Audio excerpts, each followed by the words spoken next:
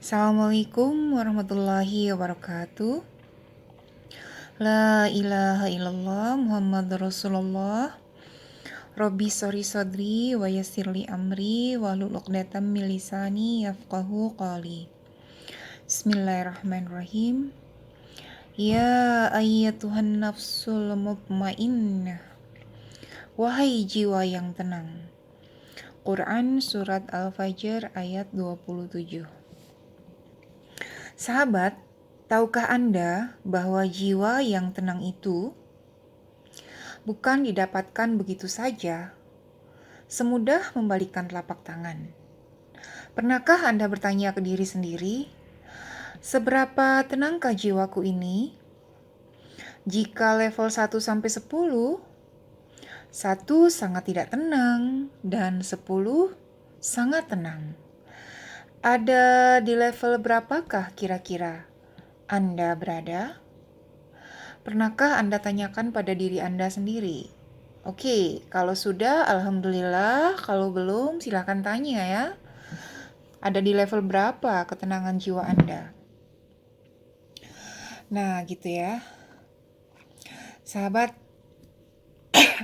untuk mendapat hadiah dijemput oleh malaikat maut sebagai jiwa yang tenang di akhir hayat, bukannya didapat begitu saja dengan instan. Semuanya harus dilatih saat kita hidup di dunia ini. Sepanjang karir saya sebagai professional coach dan juga konselor, alhamdulillah saya banyak berkunjung dan observasi ke panti rehabilitasi jiwa dan juga panti lansia. Kali ini saya mau sedikit cerita tentang apa yang saya lihat di panti lansia tersebut. Di antara para lansia tersebut, ada yang jiwanya sudah sangat tenang. Namun masih banyak banget yang jiwanya masih tegang, masih cemas, masih gelisah ya. Nah, itu yang saya lihat, masih banyak jiwa-jiwa lansia yang belum tenang, alias masih tegang dan masih banyak kecemasan. Ini tentu membuat saya sangat-sangat miris, mengingat usia lansia seharusnya jiwanya udah sangat tenang. Ibarat kata nih, tinggal menuju lepas landas aja. Ya kan, untuk menuju lepas landas kan harusnya sudah tenang, sehingga ketika dijemput oleh malaikat maut, sudah dalam keadaan tenang. Gitu ya teman-teman. Karena melihat banyak banget para lansia yang jiwanya masih tegang banget, sehingga saya sangat-sangat concern untuk membuat materi tentang jiwa yang tenang ini. Kenapa? Karena banyak orang yang melupakan berlatih untuk meraih, untuk mendapatkan, untuk membentuk jiwa yang tenang di usianya masih sangat muda. Gitu ya. Mungkin ada yang merasa, karena keluarga aku kan meninggalnya pada banyak usianya, udah sampai lansia gitu kan. Jadi santai aja gitu. Padahal nggak gitu teman-teman ya. Banyak orang yang berharap usianya sampai lansia, ternyata diambilnya di usia muda, dijemputnya di usia muda. Ya, seperti sahabat saya kemarin, Soraya Abdullah, itu masih sangat muda. Qadarullah, batas usianya sudah sampai dan dijemput oleh malaikat. Semoga jiwamu tenang di sana ya, ayah.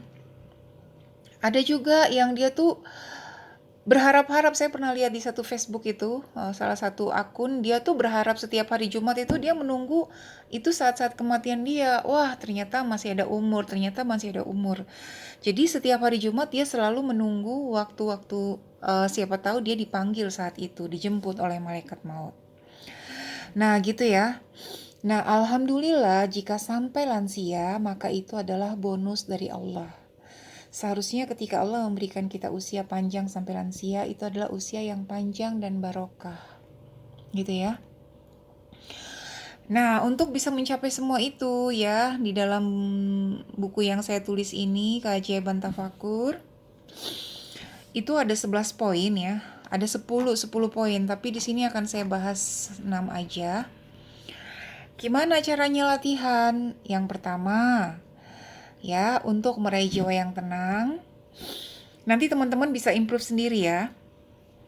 Yang pertama yaitu berlatih tetap duduk di tempat sholat minimal 10 menit sesudah sholat.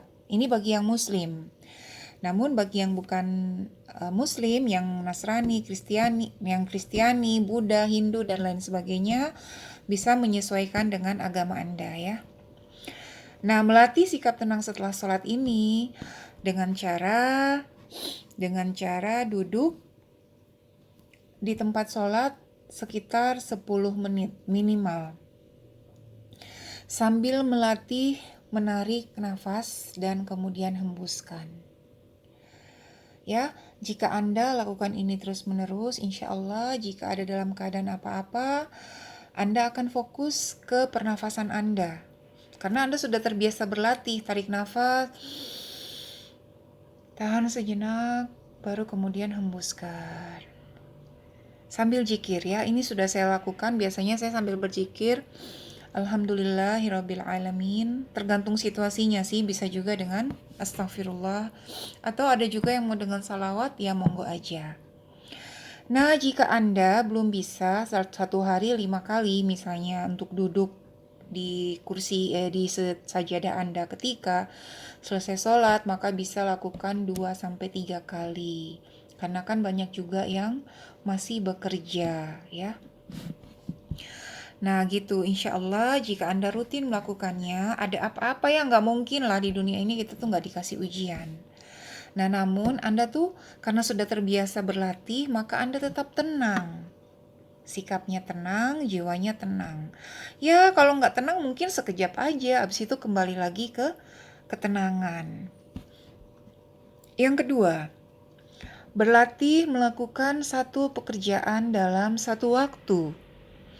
Jika sangat urgent banget, maka maksimal 2 pekerjaan dalam satu waktu. Karena orang yang multitasking itu cenderung gerasa gerusu ya. Udah gerasa gerusu, enggak menyelesaikan dengan maksimal alias ya nanggung gitu. Nah, ya, jadi teman-teman perlu berlatih untuk melakukan single tasking atau monotasking ya. Jadi nggak usah merasa keren, karena kadang ada orang yang merasa keren banget bisa multitasking. Itu mungkin zaman jebot ya teman-teman. Zaman jebot istilah itu mungkin keren, tapi sekarang udah enggak. Sekarang udah zamannya kekinian. Zamannya orang mindful, hidup dalam kesadaran dan ketenangan. Oke, yang ketiga, berlatih menahan diri bahwa tidak semua hal atau tidak semua barang atau tidak semua keinginan atau tidak semua rencana harus berjalan sesuai dengan keinginan Anda. Karena Allah yang Maha tahu apa yang terbaik buat Anda. Nah, gitu ya. Berlatih menahan diri. Yang keempat, berlatih mengeluarkan unek-unek di hati kepada orang yang menyebabkan Anda mungkin tidak nyaman hatinya. Jika itu pasangan, ya bisa disampaikan, bisa secara langsung, bisa lewat WA, bisa lewat chat, ada juga yang menyampaikan lewat email loh. Nah gitu ya, atau juga bisa kepada tim Anda dan juga kepada leader Anda di kantor. Yang membuat sikap menjadi nggak tenang, sikap menjadi tidak tenang, gerasa gerusu, karena ada unek-unek yang belum dikeluarkan. Ya, seperti itu. Ya, pilihlah caranya Anda mau menyampaikan lewat langsung, lewat chat, gitu ya. Nah, yang kelima yaitu berlatih mendengar. Untuk mendapatkan jiwa yang tenang ini perlu belajar berlatih mendengar. Ya, latihan mendengar ini bisa membuat sikap Anda menjadi tenang karena Anda terlatih untuk mendengar. Ya, mendengar orang lain, mendengar pasangan, mendengar anak, mendengar orang tua, atau bahkan mendengar suara angin dan gemericik air ya. Ini saya juga masih sangat perlu latihan walaupun saya seorang professional coach yang kerjaannya mendengar, tapi saya masih sering sangat berlatih untuk mendengar. Saya paling suka tuh mendengar suara gemericik air atau suara angin. Kalau naik mobil tuh saya suka membuka kaca jendelanya, taruh gadget, dan kemudian mendengar suara angin, sepoi-sepoi, gitu ya. Nah, gitu. Yang selanjutnya yang harus dilatih adalah yang keenam, berlatih menjadi diri apa adanya. Jika apa adanya, jiwa menjadi tenang karena menjadi diri sendiri dan tidak perlu tampil sempurna di depan orang lain.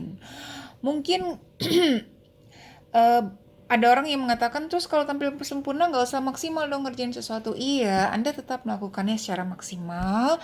Namun jika qadarullah itu ternyata belum sempurna, maka take it easy, santai aja.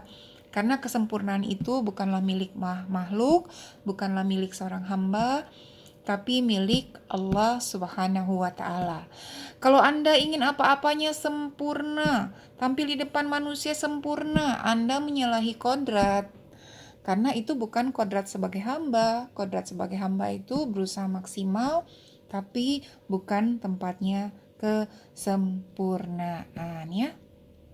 Anda membuat diri Anda tenang dengan berlatih menjadi apa adanya dan kemudian membuat orang lain di sekitar Anda juga tenang ya. Karena gimana sih nggak enak ya kita berada di dekat orang yang semuanya serba harus sempurna gitu loh. Jadi kita bukannya jadi diri sendiri di depan pasangan kita, orang tua kita atau anak kita malah menjadi orang lain. Mungkin kalau keluarga udah biasa, tapi di depan orang banyak gitu ya. Jadi apa adanya aja. Saya sendiri sebagai pembicara juga, mindset saya tuh kalau mau berbicara di depan orang, saya itu selalu seperti pengen ngobrol-ngobrol sama orang gitu ya. Mudah-mudahan bermanfaat. Barakallahu fikum. Assalamualaikum.